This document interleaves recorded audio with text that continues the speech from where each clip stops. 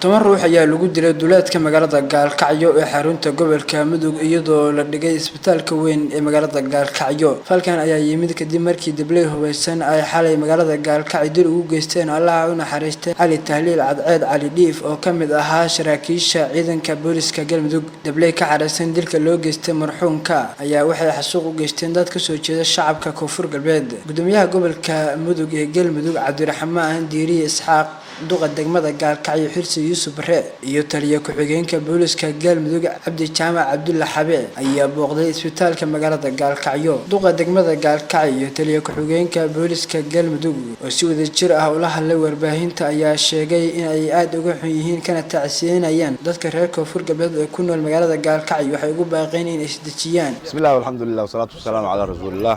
Inna lillahi wa inna ilayhi raaji'uun. Xalay magaalada Gaalkacyo waxa ka dhacay laba shil oo fool xun. Nisirka la dilay waan ka tacsiyeynaa Ilaahay ha u naxariisto. Cidii dishayna waan daba galeynaa.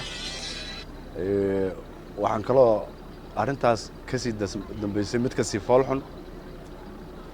Dad badan baa la laayay oo ka soo jeeda Koonfur Galbeed iyo Hirshabeelle. ayakana waan ka tacsiyeynaa dad wax ma garataa baa laayay. Waxaan ka raalinahay maaha ka maamul ahaan dadkaan waa dadkii nolol noolaa ilaa iyo 20 sano ka badan oo dadkan ku milmay aad iyo aad baan uga xunahay wixii dhacay eheladoodii iyo maamulada ay ka soo jeedaan waa uga tacsiyeynaa samir iyo iimaan Allah naga siiyo ka maamulka Galmudug ilaa heer madaxweyne. waxaan rabnaa inaan dadka reer Koonfur Galbeed iyo reer Hirshabeelle u cadeyno arintaas waa tilaaban ka qaadaynaa.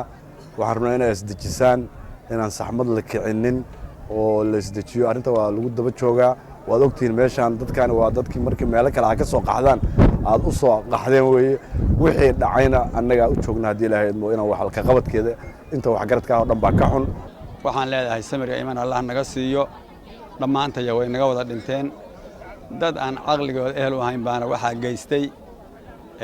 waxaan leenahay ayagana jannadii Allah ka waraabiyo eheladii ay ka soo jeedeen samir iyo iimaan Allah ka siiyo dhamaantood. sargaalka dhintana waxaan leeyahay isagana jannadii Allah ka waraabiyo asagana gacan ka xaq daran baa dishay.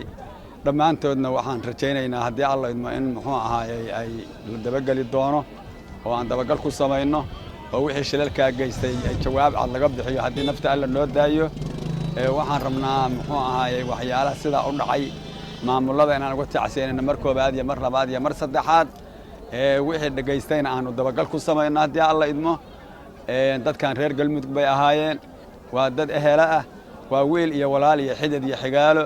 Maxamed Cabdiraxmaan Soomaali TV-ga caalamiga CNN Gaalkacyo.